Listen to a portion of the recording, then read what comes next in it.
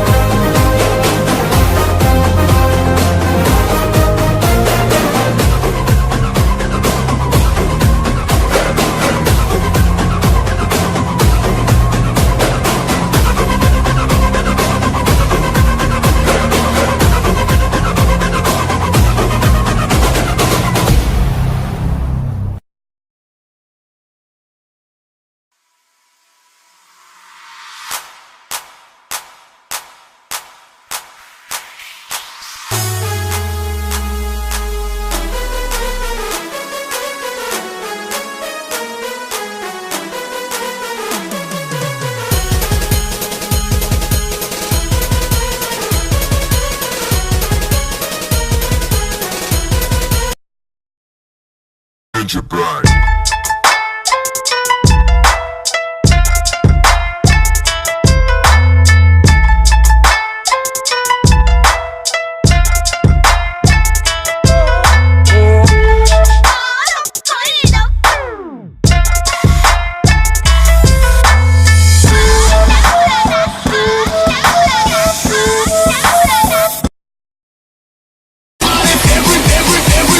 Everybody fucking jump!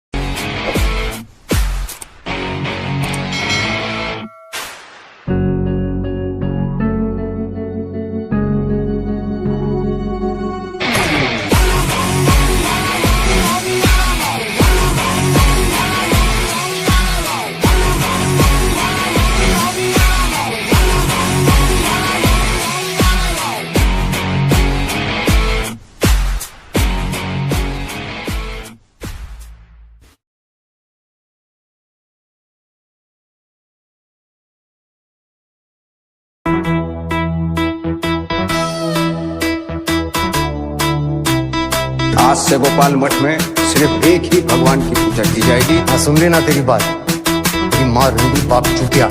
सोच के बोलो साहब, मालूम कौन है? जाके देख रिकॉर्ड में कौन है। इंसान है कि भगवान।